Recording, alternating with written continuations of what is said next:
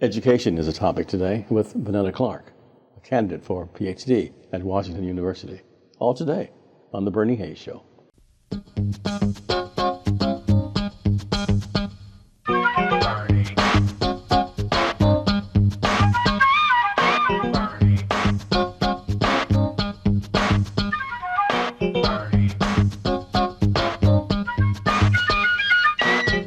And welcome back. I'm Bernie Hayes. My guest is VaNetta Clark. VaNetta, welcome. Thank you. It's an honor to be here. PhD candidate, PhD student at Washington University. Yes, sir. What are you studying? So, educational policy, and again, it is a PhD program that I'm very honored to have been selected to be a part of. How were you selected? Well, I had an opportunity to start as a doctoral of liberal arts student at WashU, but at the time I was conducting some research looking at how nutrition impacts the student, particularly students in marginalized communities. I was able to submit that research to the education department at WashU, and the response was just immense. The faculty appreciated the concept of looking at nutrition and how it impacts the students' educational abilities. But I also had a concept which was to understand the students' lived experience, their performance in school, but also examine that relative to the community in which they resided. So your background is actually you were, let's say here on the sheet that you gave to me about the children, about the students. You were doing, I guess, violence resolution at one time, more or less. What is it? So, as a student, early on in elementary school, I was surrounded by a community of teachers at Scullin Elementary. You may not be able to tell now, but unfortunately, due to the environment, I was very interested in drug and gang violence. But I was also very intelligent. And there were a few teachers at the school who decided to give me a different opportunity. So one teacher in particular, just a phenomenal woman by the name of Mrs. Magnolia B. Tabb. She was my fourth grade teacher.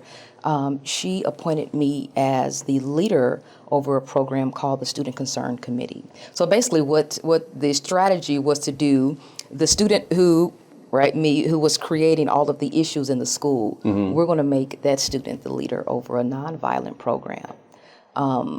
I believe the response was something they could have never imagined, right? The majority, if not all of the fights stopped at the school.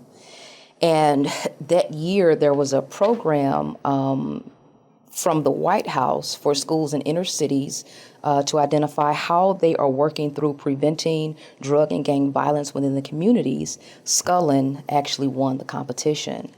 And so for my fifth grade year, the teacher at the time was Mrs. Bessie Bonner Creamer, another phenomenal black woman who, again, joined with Mrs. Tabb to ensure that I was to attend this trip in Washington, D.C. Yes, and that is the award from that moment. The award, I guess Bob can show it to us.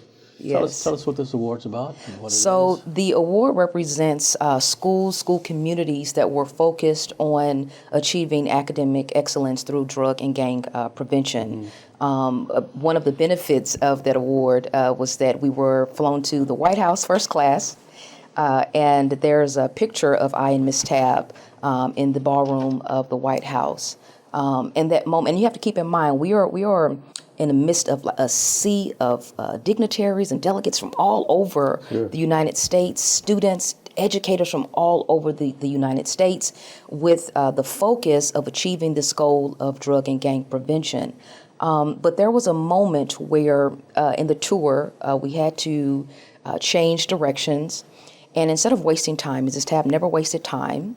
She takes me on a tour to a university, which completely changes my outlook on life, because you have to understand when you reside in particular communities, especially marginalized communities where there's a lack of resources, it appears there are a lack of resources, there are a lack of educational opportunities, you identify this is all that I can achieve. Last summer, I had an opportunity to provide educational classes at Missouri Hills.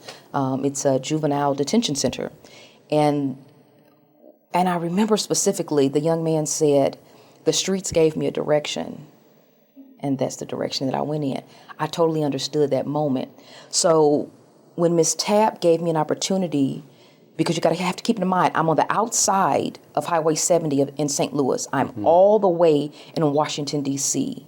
And now she has me touring a university. And not only that, she stopped. So as we're walking through these halls, I remember the walls being, just immense, right? I felt almost swallowed by these walls, but I was standing next to her. And she takes me by this, we walk by one room, and there's an African-American woman that is a professor. Wow. And she introduces me to her. I don't know if she knew her or not. The irony is, now my life, once again, right, in the space of thinking about drug and gang violence, now because of this experience, I am literally in the space at Washington University to become a college professor. That's wonderful. Right, that's phenomenal, but it shows you the power of education. Sure. I want to talk about that Missouri Hills experience.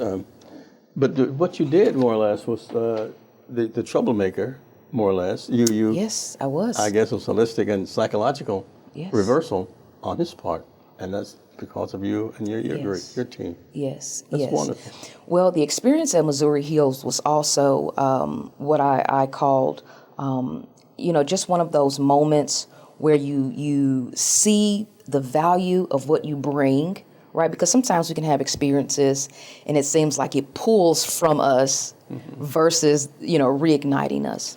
And this was a moment where you have to keep in mind, right? It's a difference in being in a classroom setting in a school building, and then you're in a school inside of a lockdown facility, right? Just the concept, if you can imagine seeing a child sitting in a desk in chains, that was hard to see, right? I can imagine, yeah. If you can imagine, these are students who made it very clear, I don't participate in school, or I don't do school, as they would say in the very beginning, and understood, right? But I was also placed in a group where every last one of those boys had some level of trauma and pain and devastation. And you could tell that no one paused to get a full understanding of how those moments were still impacting the student, right, the youth. And as you can imagine, they growled and I growled back, right? They growled and I growled back. I let them know I'm not running away. You can't run me away. I'm here with one goal in mind. All of us have pain. There was I remember class one time, I said, raise your right hand if you have pain. And then I said, well, I'm going to raise both of my hands because I have a lot of pain. And then one of the students go, well, I'm going to raise my hands and my legs, Miss Clark, because I have a lot of pain. And I understood that, right? But that was a moment for me to show those students one thing. We all have pain, but let me show you how to win with it. This is great. Yes. I want to ask you about the organization that you founded. Yes. And that's going to be very important. In the meantime, I'm going to take a short break. Okay. VaNetta Clark is my guest, and she's a PhD candidate or PhD student at Washington University. And we're at the New Life Evangelistic Center with 2428 Woodson Road in Overland, Missouri. And Reverend Larry Rice has been here protecting folks for over 50 years. And we'll be back after this. Bernie Hayes has been a blessing for so many years through the great broadcasting talents that God has given him. He's helped so many people to get a deeper and richer understanding of our community. Now, it's important that you tell your family and friends about the NLEC TV app, because Bernie's continuing to bring his great guests on, and the way that they can get it now is go to NLEC TV on their app. You've experienced it, now share it with others. We need everyone tuning in to the Bernie Hayes Show, because Bernie takes us behind the scenes and helps us to get a deeper understanding of issues that affect our community. His broadcasting has been such a gift from God for so many years. Now we need to share that gift. So tell your family, tell your friends, hey, have you watched the Bernie Hayes Show? Well, you need to. And not only do you get to see Bernie Hayes when you go on the NLEC TV app, but you get all kinds of inspirational programming. You get to learn about the needs in our community and the poor and the homeless. In addition to that, there's great classical movies there. There's music on NLEC. Here's Help Radio Network. I mean, there's just so many things awaiting those that go to the NLEC TV app. So do a favor, give a gift to your family and friends and tell them about the app. To go to the App Store, bring up NLEC TV. And again, explore all the other things, the creation videos that are on there, the classical movies that are there, the inspirational radio programming, and of course, the 24 hours of TV, and the community programming, and all that and much more. So tell everyone you know about the NLEC TV app and let them know the Bernie Hayes Show is still coming through strong and heavy. God is our hope, and when we set our eyes on Christ particularly, we see that He has redeemed our lives. I hope that this message has helped you so much, and I pray that you would partner with us and join in the incredible work of giving hope to people who don't have any. Please go online to nlecstl.org and learn about how you can offer life-giving hope to those in most desperate need for that very thing. And welcome back. My guest is VaNetta Clark. She's a PhD student at Washington University, and she has very ambitious goals. You founded an organization. Tell us what that is and what it's about. Well, first of all, I was very thankful for the opportunity. I attended an artist workshop through the Regional Arts Commission, and at that time there was information relative to a law firm called Bryan Cave at the time. And so I submitted my idea to that particular law firm, and thankfully the Bryan law firm completed all paperwork for the Dreams Institute of Ingenuity in 2016. I believe I've always had this idea to give back, right? I think about my life often from the perspective of I've moved on from this earth, right? And what is it that I'm leaving behind? And so once the nonprofit was founded, it's just an idea that you have in your mind where you're moving in a direction. You don't really know exactly what you want to achieve. But for me, I knew without a doubt I wanted to work with students. I wanted to provide an opportunity for inner city students. It's kind of like being a pathway, giving students an opportunity to experience something different. So that's what happened in 2016. I had to make a very big decision in the 2018-19 school year. Now, the year before, I was awarded Teacher of the Year based on students' academic achievement through the years, being able to create a community within the school, being a mentor for new teachers, right? So I was identified as Teacher of the Year. Tell us about that Teacher of the Year. So Who bestowed it upon you? This was a unanimous decision by staff and students. Okay. And as you can imagine, this was an honor that I did not expect per se. This from the Department of Education?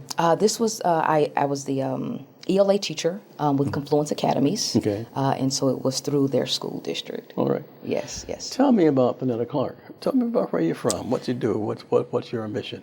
So through my foundation, I've started the 22 Dreams Scholarship Fund. And VaNetta is a champion for her students. Okay. VaNetta is the idea that you can encounter devastation and rebuild. Where did VaNetta come from? She go to school in St. Louis? Inner city of St. Louis. Is she St. Louis? Skull From and St. Louis? School. Okay. Yes, absolutely. Tell North us St. Louis, tell us absolutely. about that journey. So we lived in a community called Penrose. So that Skull and School was in the neighborhood. Okay. And I believe that upbringing gave me an idea of what community looks like, right? There was so all of my cousins and I, we resided with my grandmother. She provided a safe space, right, for all of us.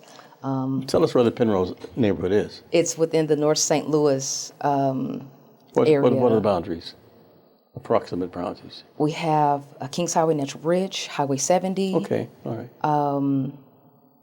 Penrose Park, of course, is our park community. It's sisters to Walnut Park. Okay. Right. So it's Central West End of the city. Northwest. Yes. In the city, Yes, okay. yes. So you can imagine I relate to my students very well. Sure. Right? For me, it's about understanding where I come from, understanding where they come from. No need to hide where I come from. I understand that I am an anomaly. I do feel like that I made it out of where the experiences that unfortunately a lot of students, neighbors continue to see, right? You get to 30 and your life is just that for the rest of your life. I didn't want that. I wanted to continue to climb to make sure that I reached the maximum of who I was. And that's what I want to show for my students as well. It doesn't matter where you come from. What matters most is where you're going. And for me, what's most important is the legacy that I leave behind. This is wonderful. You know, once again, I'd like to show that award about Skull in School. Yes. Bob, show that to us. And tell us once again how the intricacies of you and this award, how you feeling? So foundation is very important. Okay. I call it being able to grow from exceptional soil. And I believe the experiences that I've had has given me that opportunity. So with the foundation of this award, keep in mind, I am 11 years old and I'm standing in the ballroom of the White House with an award that identifies me as excellent. These marble valleys around see, you. You're in the valley. Last year, as an international scholar, I returned this year, I was awarded the opportunity last year, but this year returned to Washington, D.C. as an international scholar. And as you can imagine, that's a full circle moment.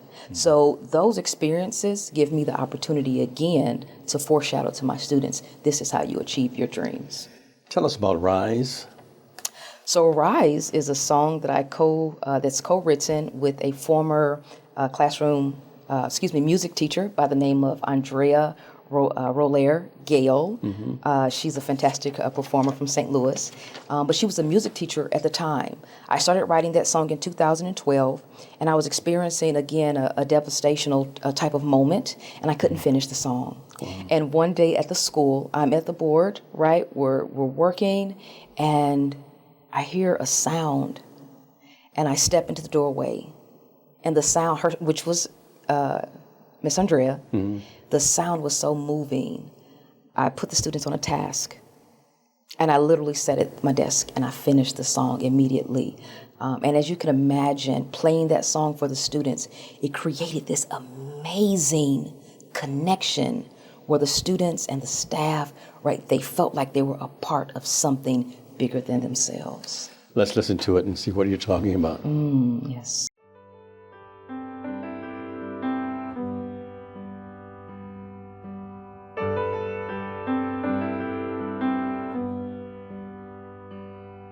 I can see it in the distance across the sky.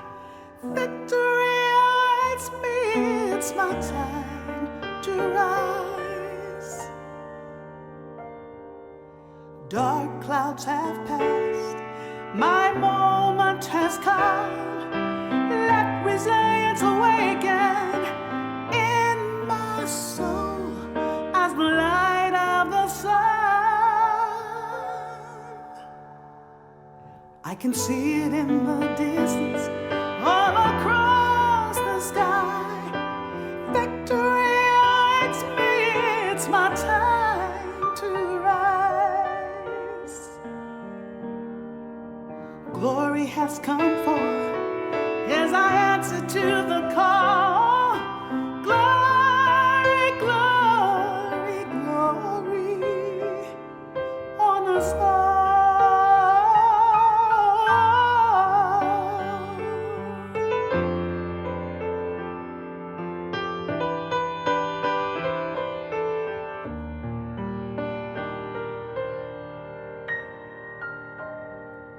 Resilient is my soul, comforting me through the night. Resilient is my soul,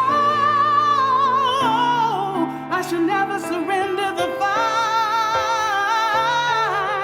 Anchored by my faith, led by my dreams, I have arrived, and I will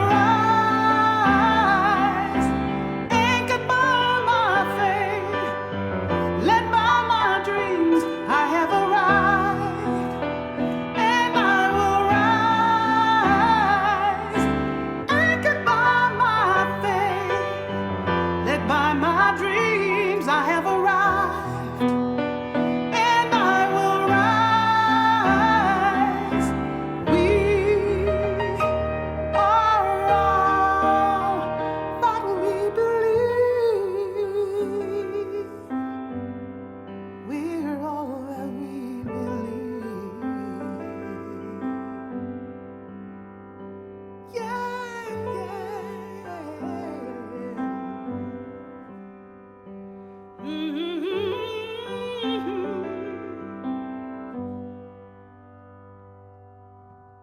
Wow, Ms. Clark, that is unbelievable. That is really, really. What was the inspiration for it? Briefly. Again, understanding the power of resiliency and choosing to take your life, your dreams into your own hands and say, I am going to achieve what I desire to achieve. And so in essence, with that mindset of defeat is no option, you pull yourself from a bottom and you rise. Wow. VaNetta Clark, she's the author of that particular wonderful song you just heard. And with the New Life Evangelistic Center, 2428 Woodson Road in Overland, Missouri. I'm Ernie Hazen. We'll be back with Ms. Clark after this. What does it mean to you to help you get that New Life's giving you to help you get off the streets? What it means for me, it means that it gives me the ability to experience a better quality of life, first of all. New Life actually just, for me, saved my life, and that's just me being completely honest. So for me, it's not just a name of being New Life, it is actually giving new life because I'm safe. I have a roof over my head, I have people that I'm talking to, I'm growing, I'm listening to the word more, and I'm connecting, and I love it. There is hope, so hold on, there is hope. God has sent me here to tell you there is hope. And He knows just what you're going through and what the future holds. As long as Jesus lives, there is hope.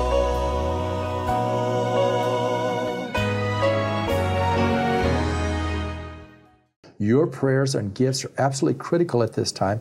It's P.O. Box 473, St. Louis, Missouri. That's 63166. Or go online at nlecstl.org. Everybody, please donate. Please continue to help New Life because without New Life, a lot more people would not be here. Our Black History Moment features Ida B. Wells Barnett, prominent journalist, activist, and researcher. In her lifetime, she battled sexism, racism, and violence. As a skilled writer, she also used her skills as a journalist to shed light on the conditions of African Americans throughout the South. She was born in Holly Springs, Mississippi in 1862. She was born into slavery and during the Civil War, and once the war ended, Barnett's parents became politically active in the Reconstruction-era politics. Wells Barnett traveled internationally, shedding light on the lynchings to foreign audiences. And she was the founder of the National Association of Colored Women's Club, which was created to address issues dealing with the civil rights and women's suffrage. Later in her career, she focused on urban reform in the growing city of Chicago. Ida B. Wells died March 25th, 1931. Ida B. Wells Barnett, my subject for today. Are you feeling down and out? I want to encourage you to experience hope in God's creation. How you can go for a walk in a local park or in the woods or even along the ocean and experience hope at this time. It's all outlined for you in this free book that I'll send you if you just write me and request such. You can write me Larry Rice, P.O. Box 473, St. Louis, Missouri, that's 63166, and request your book, Experiencing Hope in God's Creation, or call us at 314-421-3020. VaNetta Clark, PhD student, Washington University, is my guest. Ms. Clark, you had some things you wanted to tell us about that I didn't ask you about. Tell us about that. Yes. So I made a leap at the end of the 2018-19 school year where I decided to exit the classroom. But I want to be very clear. I didn't leave the classroom because I no longer believed in education. I believed that there was more I could achieve in a larger field. But before leaving, I started a scholarship fund called 22 Dreams. And this particular scholarship fund was provided for the students I had in the summer school for that particular year, as well as a few other students that we've added since then. So we have a total of about 28 students. But what the scholarship does is provide students with an opportunity to have access to capital, to attend higher education, or for their entrepreneurial endeavors. And I believe that's very important, just to encourage the students, right, to not only give their best, but to understand that they have support in their dreams or their endeavors. How can one donate? Are you a 501c3, right? So I am indeed a 501c3. Well, how yes. can they dedicate to the fund? So this year we're going to have our first fundraising event at our at our Dreams Gala for 24. In the past, it's been an out-of-pocket investment, but for this year, we will have an opportunity for individuals to contribute to the scholarship fund. I guess by that time you'll be Dr. Clark, right? Well, I'll be finished with my coursework in the spring, but of course we still have our years for research working towards the dissertation. Have you decided what dissertation, what will it be? Well, a part of the dissertation will focus on how expressive writing will benefit the student who has experienced trauma. Your thesis will be what? Literally focusing on how we recover, not only recover from trauma, but teaching our students how to use those moments, but you're educating teachers on how to implement this within their classroom, and that's what's most important. VaNetta Clark, what does education mean to you personally? Education creates a question for me, and that question is, what about the children? When we look 5, 10, 15, or 20 years from now, what are we doing in this moment collectively to ensure that all students, all learners, have the opportunity to reach their full potential? Okay. And you're working toward that effort. What, one other small, quick question, and I should have been in the beginning. What set you on this direction, this journey, that education would be your life? When I returned to Scullin as a first-year undergraduate student, my second grade teacher walked over to me with shaking hands and she was crying. And she said, "I thought you would be dead by the time you were 15. At that time, I was about 19, 20. Mrs. Tabb and Mrs. Creamer's intervening completely changed my life. I am indebted to them for that, to leave a legacy of excellence so that the next generation will understand we will experience devastation, but it is within each and every one of us to rise." And through your foundation, you're saving lives also. Absolutely. Okay, that's I assume that was the goal, the objective, right? Yes. That's wonderful. I just can't tell you how much I appreciate you being here, and the next time you come back, you'll be Dr. Clark. Yes. I got to invite you back very, very soon. Absolutely. In the Yes, meantime, will you keep us up to date on what's going absolutely. on with the foundation? Yes. Once again, indeed. how can we contribute to it? Absolutely, I will indeed. Okay. I'll definitely return information for you for our 24 Dreams Gala. This is wonderful. Now, once again, you're a candidate for a student for a PhD candidacy. When do you think you'll receive your PhD? In your mind, in your timetable? 2025. 2025. 26. Maybe Dr. Probably Clark. more like 26. Yes. Thank you so much. Absolutely. And It's been a pleasure. Thank you so much, and thank every one of you for being here with us today. I'm Bernie Hayes, and we're at the New Life Evangelistic Center, 2428 Woodson Road in Overland, Missouri. Have a great day, and until next time. I'll see you then.